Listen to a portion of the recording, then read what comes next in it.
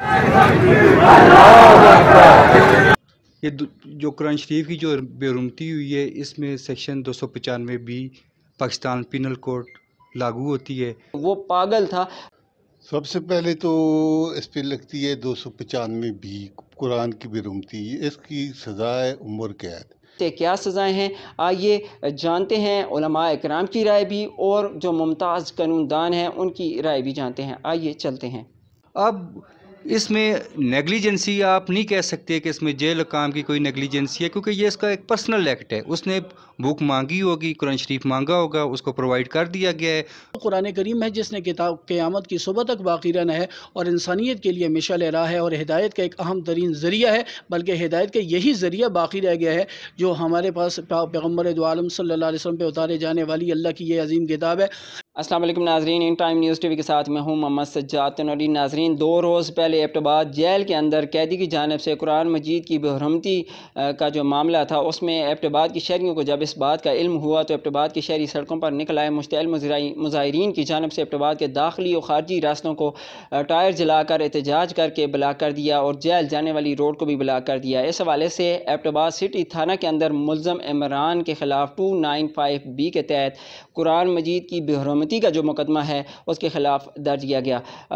نہ صرف ایبٹ آباد شہر کے اندر بلکہ حویلیاں، ایبٹ آباد، مانسیرا اور ہری پور کے اندر بھی شدید قسم کا احتجاج اس حوالے سے ریکارڈ کروایا گیا۔ ناظرین کرام، اگر سابقہ ہسٹری کی بات کروں، پاک برصغیر و ہند کی بات کروں تو پاک برصغیر ہند انگریز دور میں 1860 کے اندر مقدس شخصیات، مقدس مقامات، مقدس کتب کے خلاف جو توہین کرتا تھا، اس حوالے سے 1860 کے اندر انگریز کی جانب سے قوانین بنائے گئے۔ جو شخص اس بات کا مرتکب پایا جاتا تھا اس کو اس قانون کے مطابق قید کی سزا تھی اور اس سے اگر زیادہ جو سزا دی جاتی تھی قید، اور اس کو جرمانہ بھی کیا جاتا تھا۔ اسی کے ساتھ ساتھ اگر آپ کو بات کروں 29 اپریل 1929 کی بات کروں، غازی علم دین شہید کا جو واقعہ تھا، انتہائی اس حوالے سے بہت زیادہ اس کو سنا اور دیکھا جاتا رہا ہے، اس کی ہسٹری کو جانا جاتا رہا ہے۔ تو اس حوالے سے بات کروں کہ راج پال جو تھا ایک غیر مسلم تھا، اس کی جانب سے بار بار نبی کریم صلی اللہ علیہ وسلم کی شان میں گستاخیاں کی جاتی رہیں۔ تو 29 اپریل 1929 کو غازی علم دین شہید کی جانب سے ان کی دکان پر قتل کیا گیا۔ تو بعد میں مختصر عرصے کے دوران غازی علم دین شہید کو انگریز قانون کے مطابق 25 مئی 1929 کو پھانسی کی سزا دی گئی۔ اگر پاکستان کے اندر کی بات کروں تو پاکستان کی ہسٹری میں آپ دیکھ سکتے ہیں کہ آسیہ ملونہ کا کیس تھا، وہ بھی باعزت طور پر اس حوالے سے بری ہو کر پاکستان سے باہر چلی گئیں۔ اسی طرح مردان کے اندر عبدالولی خان یونیورسٹی کے اندر مشال خان قتل کیس تھا، وہ بھی یہ کہا جا رہا ہے کہ وہ حقیقت اس کے برعکس ہے، لیکن یہ تو ہمارا قانون ہی جانتا ہے، اس کے متعلق وہی معلومات وہاں سے فراہم ہو سکتی ہیں۔ اس کے ساتھ ساتھ پاکستان کے اندر جس طرح پشاور عدالت کے اندر جو فیصل خالد کا جو واقعہ پیش آیا، انہوں نے قادیانی کو پشاور جیل کے اندر پستول کی گولی سے اسے ہلاک کیا تھا، یہ واقعہ بھی آپ تک پہنچا ہے۔ اور ابھی جو آپ کو سلمان تاثیر کے حوالے سے بتائیں تو 4 جنوری 2011 کے اندر سلمان تاثیر جو پنجاب کا گورنر تھا، اسے ممتاز قادری کی جانب سے جو ان کا گنر تھا اس کی جانب سے انہیں قتل کیا گیا ہے، اور بعد میں ممتاز قادری کو بھی اس حوالے سے پھانسی دی گئی ہے۔ ناظرین کرام، برصغیر کے اندر بھی اگر کسی مسلمان کے ہاتھوں جو شخص توہین کرتا تھا، اگر کسی مسلمان کے ہاتھوں اس شخص کا قتل ہوا ہے تو اسے بھی پھانسی کی سزا دی گئی ہے۔ غازی علم دین کے حوالے سے بھی مثال آپ کے سامنے ہے، اور ممتاز قادری جو پاکستان کے اندر جو سلمان تاثیر کے اوپر الزام تھا کہ اس نے توہین رسالت کی ہے، تو ممتاز قادری کو بھی پاکستان کے اندر سزا دی گئی ہے۔ ناظرین کرام، یہاں پر آپ کو یہ بھی بتاتا چلوں کہ ناروے کے اندر، یورپ کے اندر، فرانس کے اندر اس حوالے سے درجنوں کیسز سامنے آئے ہیں جس میں توہین رسالت اور قرآن مجید کی بے حرمتی کی ہے، اور پاکستان کے اندر اس چیزوں کا سامنے آنا، ایسی گستاخیوں کا سامنے آنا انتہائی لمحہ فکری ہے۔ ناظرین کرام، دنیا بھر کے 26 ممالک کے اندر اس قسم کی سزائیں موجود ہیں، جن کے حوالے سے میں نے آپ سے پہلے بھی ذکر کیا ہے کہ جو